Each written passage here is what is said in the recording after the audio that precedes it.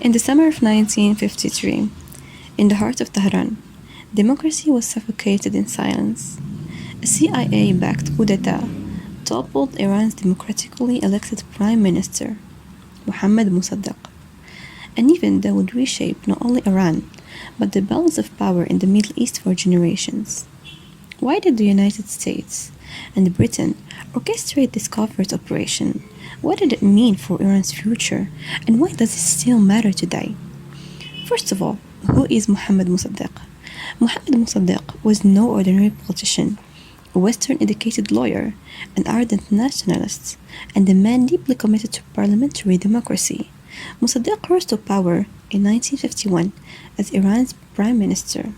He was a member of the Iranian parliament from 1923 and served through a continuous 1952 election into the 17th Iranian Majlis. His most defining move was nationalization Iran's oil industry. For its removal from power, his administration introduced a range of social and political measures, such as social security, land reforms, and higher taxes, including the introduction of taxation on the rent of land. As Mossadegh once says, the Iranian people, and not the British government, are the rightful owners of our oil. For decades, Iran's oil was controlled by the British-owned Anglo-Iranian Oil Company, what we know now as BP. While British profits soared, Iranians saw little of the wealth beneath their own feet. Britain's economy relied heavily on Iranian oil. Mossadegh's nationalization posed an existential threat not only to British oil profits, but to the very idea of Western control over Middle Eastern resources. In retaliation, Britain imposed an oil embargo, froze Iranian assets, and lobbied the United States to help remove Mossadegh. Initially, President Truman refused, but things changed in 1953 when Dwight D. Eisenhower entered the White House. Enter Operation Ajax, a covert CIA mission led by Kermit Roosevelt Jr., grandson of President Theodore Roosevelt, working with Britain's MI6 and element of Iran's royalist military. The plan was very simple: destabilize Mossadegh's government and restore the Shah's power.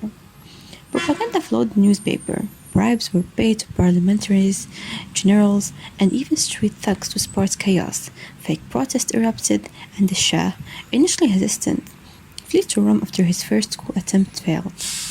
But on August 19th, a second, more aggressive attempt succeeded. Military units loyal to the Shah seized control. Mossadegh was arrested, tried for treason, and placed under house arrest until his death. With Mossadegh gone, the Shah of Iran, Mohammad Reza Pahlavi, returned with absolute power, backed by the West. The US poured millions into Iran, training the brutal Savak, secret police, and securing American oil access. For the next 25 years, Iran became a cornerstone of American influence in the Middle East, but beneath the surface, resentment brewed. The Iranian people had not forgotten the foreign hand that crushed their democracy. That resentment exploded in 1979, when a revolution swept away the Shah's regime and gave rise to the Islamic Republic under Ayatollah Khomeini.